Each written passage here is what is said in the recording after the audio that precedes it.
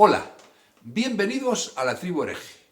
El tema de hoy, de la mano del sabio experto Enrique Castelló de la Universidad de Santiago, gira sobre la necesidad de adaptarse a vivir en el siglo XXI, con las tecnologías a nuestro alcance, más allá de la cronología de cada persona.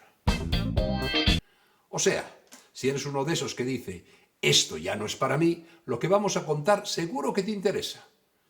No pretendemos que de repente te conviertas en un experto digital, pero sí que mínimamente te intereses por vivir en la época que te ha tocado y con las facilidades básicas que se ponen a tu alcance. Y es que el problema de la famosa brecha digital, si no se padece ningún tipo de discriminación cognitiva o intelectual que impida el desarrollo de una actividad normalizada, la mayoría de las veces surge de forma endógena y sobre todo yo diría interesada. Es decir, desde sus adentros uno se vuelve cómodo y se deja ir porque los otros le hacen el chollo. Hay una cita popular que versa más o menos así. Se puede llevar al caballo al abrevadero, pero no se puede beber por él. O sea, que sin nuestro interés, actitud y colaboración personal, poco se puede hacer. Por ello, a través de esta entrega vamos a intentar, con la ayuda de la argumentación del profesor Castelló, que, si formas parte de ese grupo de seres humanos que padece apatía tecnológica, te incorpores al mundo real y dejes de pertenecer a ese gueto de exclusión denominado brecha digital. Así que, bienvenido al siglo XXI. Soy Fandy Blue y estás en la Tribu Hereje.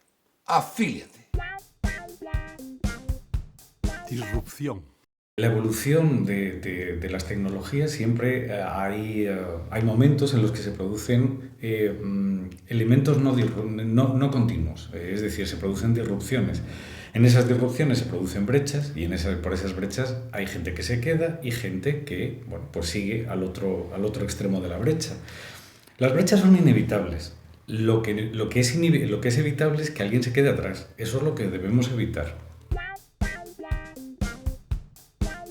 Estigma. Las nuevas tecnologías, aunque ya el término es obsoleto, nuevas tecnologías de la información y la comunicación, etcétera, ya el término es obsoleto, estigmatizan a todo aquel que no encaja en sus parámetros y en sus perfiles, teniendo en cuenta que sus perfiles, y ahí tendríamos que retrotraernos a Humberto Eco, son las máquinas, pues evidentemente todos estaríamos excluidos.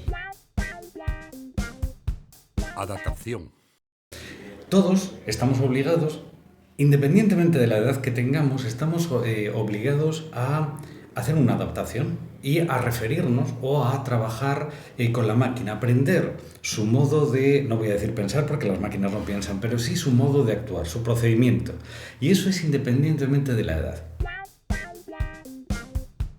Aprendizaje. Tendemos a compartimentar socialmente a las personas. Y en este caso es por algo tan absolutamente burdo como la fecha de fabricación. Entonces, hay personas que nacen antes y por tanto pues tienen menor competencia que otra persona que ha nacido después. Eso es falso, radicalmente falso, es decir, no es... Incluso a nivel científico se ha demostrado que la plasticidad del cerebro para cualquier tipo de psicomotricidad gruesa o psicomotricidad fina se mantiene hasta una longevidad extrema, con lo cual es una falsedad. ¿Qué pasa? Que es más cómodo. Es más cómodo, es decir, al final realmente hay toda una serie de herramientas y toda una serie de gadgets que se venden a determinados segmentos de la población porque los van a utilizar mejor. No, porque necesitamos cuotas de mercado. Inclusividad. La tecnología puede ser inclusiva cuando a una persona de cierta edad, yo soy poco edadista, ¿no? Pero una persona de cierta edad o con cualquier tipo de limitación, discapacidad sensorial, discapacidad motora, cuando la tecnología es capaz de ponerla en igualdad de condiciones con respecto a sus semejantes, es inclusiva. Cuando la tecnología se desocupa de esa cuestión y simplemente elige a aquellas personas que mejor se adaptan a las máquinas, volvemos otra vez al término del maquinismo, el maquinismo es puramente edadista. Entonces es excluyente. Evolución. Cuando yo empecé a trabajar con ordenadores eran aquellos famosos IBMs que tenían un teclado y en ese teclado había una chuleta y en esa chuleta pues F16 era negrita, etc. Después llegaron sistemas operativos terriblemente intuitivos y era algo que te acercaba y que te hacía amigable la tecnología. Eso es una tecnología inclusiva, pero para cualquier segmento de edad. Estándares. La tecnología tiene que adaptarse al usuario y no el usuario a la tecnología. Es una verdad de cartapacio, que se decía antes, ¿no? Siempre nos adaptamos a la tecnología porque realmente los estándares tecnológicos cuesta mucho cambiarlos. Son muy caros de cambiar y entonces es mucho más fácil que los seres humanos, que somos más plásticos que las máquinas, nos adaptemos a ellas, que ellas se adapten a nosotros. Pero eso no tiene que ser así. De hecho, voy a poner un ejemplo muy sencillo. De la noche a la mañana se nos confina en las casas. Hay personas de cierta edad que de pronto tienen que aprender de la noche a la mañana, cuando han sido y son magníficos profesores delante de los alumnos y en el trato personal con los alumnos, pues tienen que de la noche a la mañana ponerse delante de una cámara, ponerse delante de un ordenador con toda la frialdad y con toda la violencia que eso supone y empezar a dar clase. Esa experiencia fue un éxito. Cuidado, fue un éxito del que tenemos que aprender. ¿Cuál es el problema? Que no hemos aprendido nada. Lo que hemos hecho ha sido coger herramientas de videoconferencia y plantearlas como herramientas educativas. No lo son, por mucho que pongamos un recurso, una carpeta de recursos aquí, unos apuntes allá, una hoja de examen automatizada. Eso no son herramientas educativas. Volvemos de nuevo. Es decir, lo que hacemos es, mira, yo tengo una herramienta de videoconferencia, tú tienes un problema como humano, porque las máquinas que yo sepa no tienen, salvo las epidemias de los virus informáticos, ¿no? Pero no sufrieron confinamientos, con lo cual tú te adaptas a mí y no yo a ti. Eso realmente fue un esfuerzo loable por parte de las instituciones, por parte de los docentes, por parte del alumnado. Fue un esfuerzo loable. ¿Cuál es, desde luego eso es positivo? ¿Cuál es lo negativo? Que no hemos aprendido nada. Que si hubiera un nuevo confinamiento, volveríamos a las mismas máquinas, volveríamos al mismo aburrimiento, desconexión y no nos olvidemos a los problemas psicológicos que han acarreado y al bajísimo rendimiento que han acarreado el alumnado, por ejemplo, después de la pandemia. Mitos. Los jóvenes de hoy en día, la suerte que tendrán es que llegarán a ser mayores. Eso es una cuestión que tiene que plantearse. La vejez no es una maldición, es una bendición, porque la alternativa es algo de lo que solemos huir, ¿no? Salvo perfiles suicidas que hay que tratar, obviamente, ¿no? Tanto a nivel social como terapéutico. ¿Cuál es el problema? El problema es que nadie quiere verse ahí. Y entonces los jóvenes ahora, evidentemente, lo digo por mi alumnado, delira con, pues que tiene un control tecnológico, que son nativos digitales, etcétera, etcétera. Esa falsedad, ese mito, se borra en cuanto los enfrentas a esa cuarta dimensión que estamos trabajando en el ámbito de la realidad virtual, donde no hay tres dimensiones, desde luego, pero hay esa cuarta dimensión que imprime el movimiento. Entender esa dimensión y entender los algoritmos que dan lugar a esa dimensión es algo que les cuesta mucho. Ahí yo podría plantear un tema de edadista. Yo tengo 54 años, lo entiendo, trabajo con ello, pero vosotros no sois capaces de trabajar con ello. Clichés. El delirio de una sociedad que se cree o que se quiere eternamente joven con respecto a una sociedad que concibe la vejez y el envejecimiento como un proceso natural y deseable, es decir, no solo la juventud es deseable, sino que la vejez es deseable. Con lo cual, realmente lo que estamos planteando son una serie de clichés que no se corresponden, no solamente que no son racionales, sino que son inhumanos, claramente inhumanos. Universo. El universo que se abre tras lo digital es convulso. Y es convulso sobre todo porque son una serie de colectivos heteróclitos e incluso yo diría que no son solamente heteróclitos, sino que además son refractarios entre ellos, ¿no? Entonces, evidentemente, por ejemplo, se habla de cuestiones de edadismo como barreras, pero y por ejemplo las comunidades inmigrantes, ¿no? Comunidades inmigrantes que además tienen una forma de vincularse digamos, al contexto social muy diferente a nosotros. Cuando, por ejemplo, llama la atención que a veces ves un inmigrante lleno de marcas, oye, pues si a lo mejor realmente no es una persona que tenga recursos, ¿por qué se compara ropa con marca? Pues porque realmente es su manera de vincularse a un universo deseable. Humanismo. La forma de que en ese universo diverso y que debe ser diverso no haya exclusiones es volver a un humanismo en un contexto digital. Cuidado que no estoy hablando de humanismo digital, eso es otra cosa. Un humanismo en un contexto digital, donde el hombre tiene que situarse, estamos en la era del antropoceno, y por tanto el hombre tiene que volver a resituarse como se hizo en el Renacimiento, con la presión de la teología y de la teocracia, tiene que volver a situarse en el centro de ese universo, porque en este momento no está en ese centro de universo. Y de ahí la exclusión que se produce, pero no solo de los mayores, sino la exclusión que se produce incluso a través de la tecnología. Analfabetismo. Cuando a un chaval de infantil o una chavala infantil se le da una tablet y se le dice que es la única vía de acceso al conocimiento, se le está privando de un elemento que no requiere recarga, que está siempre disponible en cientos de años y que es fuente de conocimiento, que son los libros. Entonces, me llama la atención en determinados centros que no manejan libros y lo tienen a gala. Ahí hay una exclusión. Y, de hecho, también hay un nuevo término con el que tenemos que bregar, que es el analfabetismo visual, es decir, el analfabetismo de una sociedad que entiende lo visual como lo inmediato y ha perdido todos los aspectos éticos y estéticos que tiene la imagen. Economía.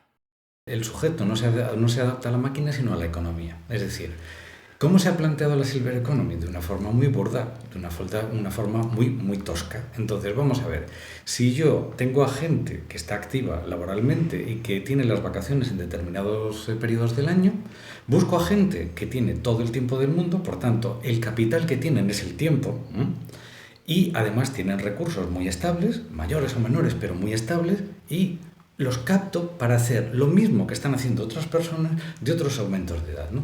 Nosotros ahí, por ejemplo, planteamos un turismo alternativo. Es decir, a esa Silver Economy se puede plantear un tipo de turismo que no es turismo, que es las visitas culturales e intelectuales. Es decir, pues plantear, por ejemplo, una ruta de trovadores entre el norte de Portugal y el sur de Galicia, donde vas descubriendo lo que fue la cultura trovadoresca y la vas situando y la vas solapando con lo que fueron la cultura del Cister. A mí eso me parece una alternativa, pero no me parece una alternativa a una ciudad de vacaciones. Futuro. ¿Cuál es el futuro tecnológico de cara a los mayores?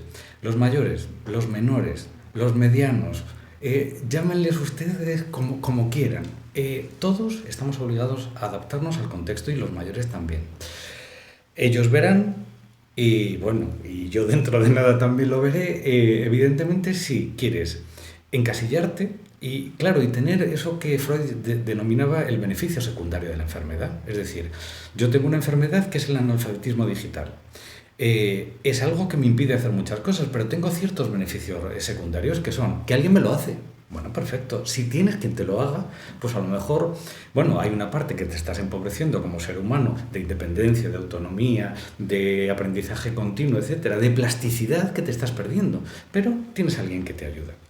Yo en eso siempre planteo una actitud activa a cualquier edad. El planteamiento que antes se tenía de estudias desde los 18 hasta los 22, 23 años y luego el resto de tu vida te dedicas a ejercitar o a ejercer, pues realmente es una estupidez. Y a mí me gusta que en mis cursos venga gente que incluso me supera en edad y de la cual no solamente aprende conmigo, sino de la cual puedo ser capaz de aprender.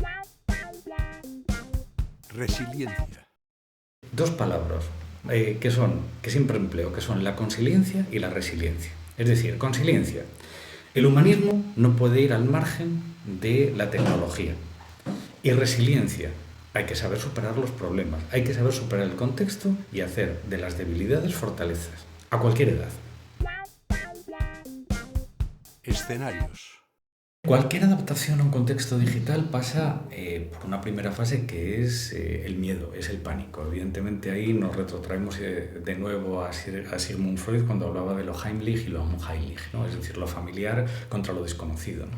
Pero es que también en lo familiar, el bueno de Sigmund también decía que podía haber algo siniestro y es esa acomodación perpetua y ese miedo a no cambiar, ¿no? En este sentido, la verdad es que hay toda una serie de elementos, de miedos infundados y de mitos, ¿no? Me refiero, por ejemplo, y esto es un ejemplo que tengo que citar de mi buen amigo y colega Jaime Fandiño, ¿no? Que siempre dice, bueno, vamos a ver, el mayor que promovió el tema de los cajeros automáticos y recogió no sé cuántos miles de firmas en la red. ¿Cómo lo hicieron? Es decir, al final es un poco volver lo hicieron en la red, por tanto utilizaron la red para recoger esas firmas. Y no es un debate nuevo, ya lo planteó Umberto Eco con apocalípticos e integrados. Apocalípticos e integrados. Los apocalípticos no quieren saber nada de los medios de comunicación, son muy intelectuales y no quieren saber nada. Los integrados, todo está en los medios de comunicación, pero los apocalípticos, para dar difusión a sus teorías, a sus conceptos y a sus debates, utilizan los medios de comunicación.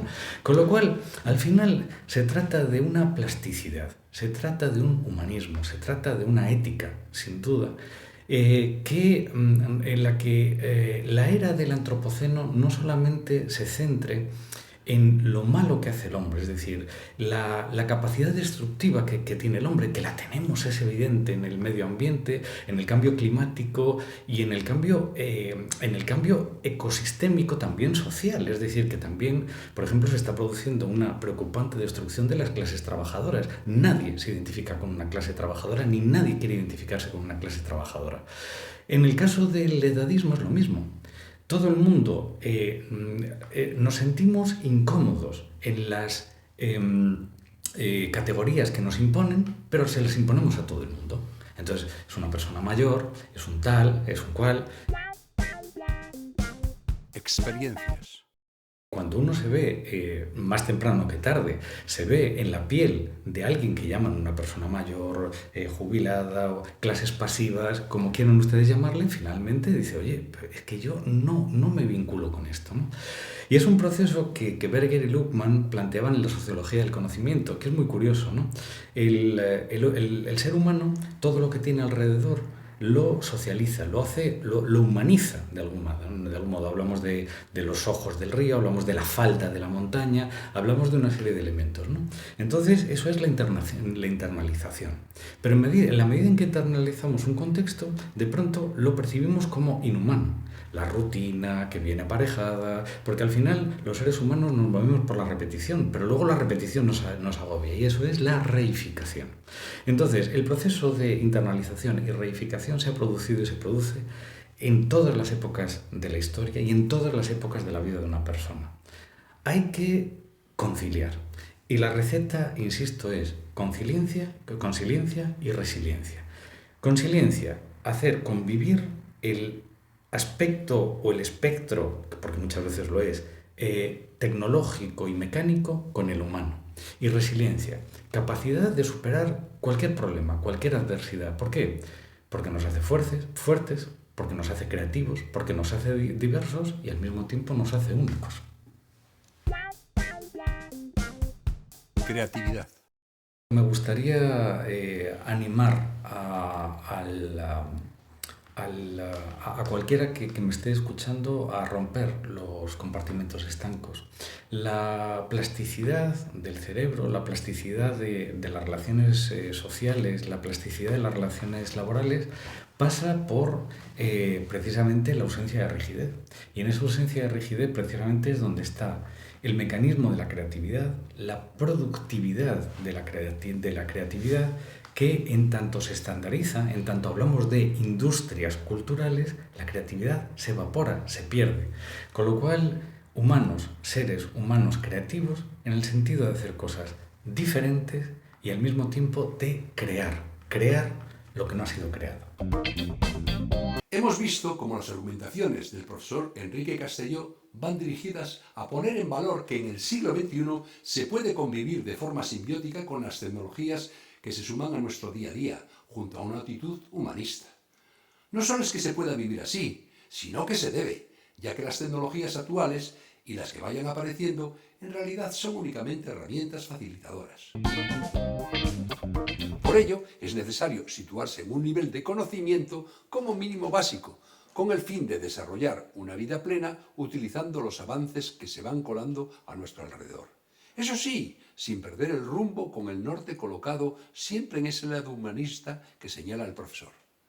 Y como sucede con todo en la vida, una persona necesitará más sesiones para hacerse con el chollo y otra menos, pero al final todos podrán manejar con más o menos pericia los trebellos digitales. Por ello me enerva esa apatía etaria al aprendizaje de cosas básicas que permiten a los individuos vivir de forma más independiente. O sea, que si eres joven, viejo, intermedio y no tienes una disfunción cognitiva que te lo impida, pero no quieres aprender a funcionar y disfrutar con las cosas más normales que te ofrece ese equipo que tienes a mano, con el que además andas todo el día liado en el WhatsApp, no me vengas con historias, ni brecha digital ni leches. Lo que tienes es un morro que te lo pisas. Hoy nos instruyó Enrique Castelló de la USC. Soy Fanny Blue. Hasta la próxima entrega de La Tribu Hereje. Afíliate.